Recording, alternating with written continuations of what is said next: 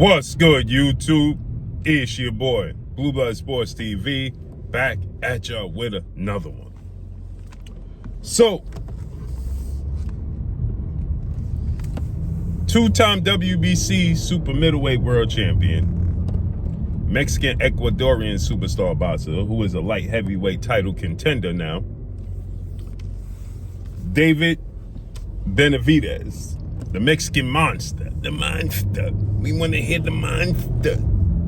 Say them names, man. Name them names, the monster.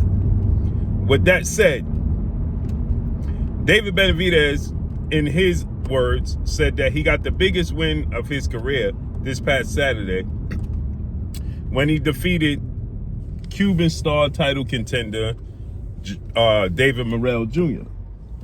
And it was dominating performance by David Benavidez, in my opinion. Dominating performance. From round 4 to 10, I thought he won every single round. He just took over the fight. With that said, obviously, he's a hot ticket. And he's been chasing down a Hall of Famer in Mexican superstar boxer, Saul Canelo Alvarez, for years. For 5 years. Okay? Since Canelo Alvarez made his debut at 168 pounds, David Benavidez was seeking out that fight because, for one, it's the fight the fans wanted to see, and for two, Canelo came into his backyard at 168.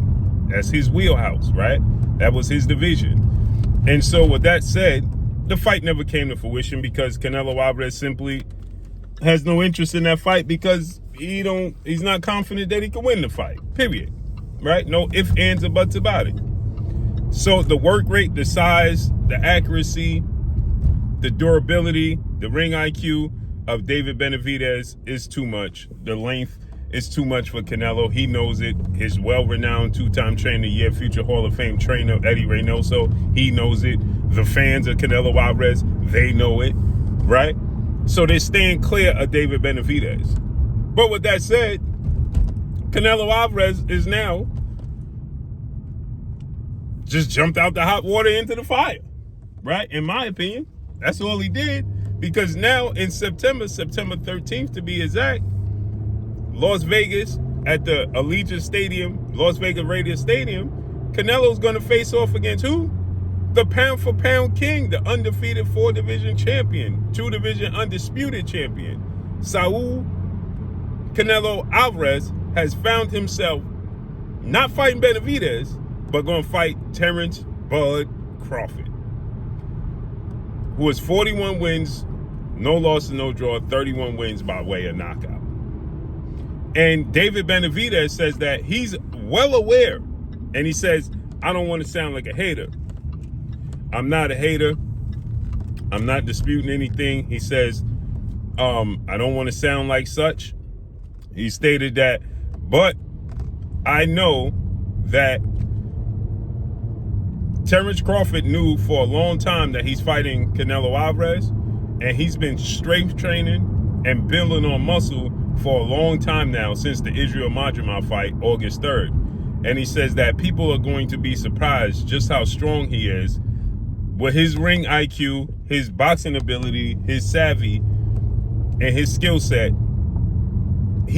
I give him 70% chance that he's going to beat Canelo Alvarez. And I'm not hating on Canelo Alvarez, nor am I hating on Terence Crawford.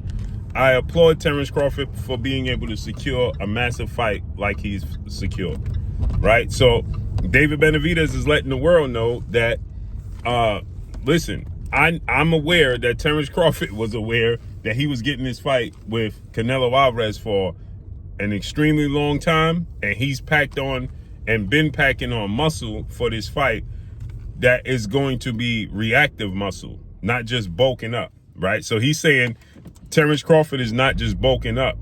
He's putting on active muscles that's going to allow him to react and be able to be, loose and be able to compete. So that's what he's saying, right? So with that said, he said he giving Terence Crawford 70% chance that he's going to win this fight. 70% chance, right? Now, obviously, A lot of people are going to feel like he's just hating on Canelo Alvarez because he wants to fight with Canelo Alvarez. And that's why he had to start it off by saying, I'm not hating on nobody. You know what I'm saying? Not at all. But I just want to see the best fight the best. And he wanted to be in the biggest fights, and he applauds Terence Crawford. I've been saying this for years, that Terence Crawford is going to beat Canelo Alvarez because of his skill set. Canelo Alvarez, 62 wins, 2 losses, 2 draws, 39 wins by way of knockout. He's 5'7" with a 70-inch arm reach. He's not a massive 68-pounder. He fought at 147 at one point in time in his career. He has a Terence Crawford is an inch taller with a 4-inch arm reach advantage, and he's versatile. He has power in both hands. He's unique where he can fight from any stand using unorthodox angles.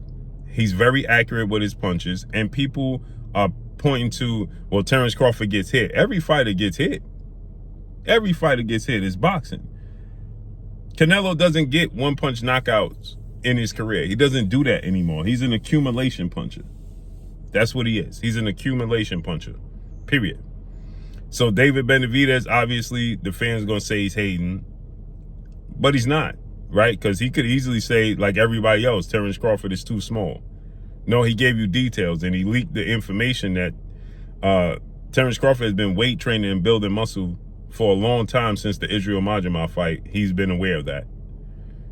So I can't wait. This is going to be a super fight. I can't wait to see the undercard for Terence Crawford and Canelo Alvarez. I'm going to talk about that, my brother Claymore Rain, today on the live stream. But drop a comment in the comment section and let me know what y'all think. Do Terence Crawford have a 70% chance to beat Canelo Alvarez, or is it vice versa? Let me know. I'm gone. Peace.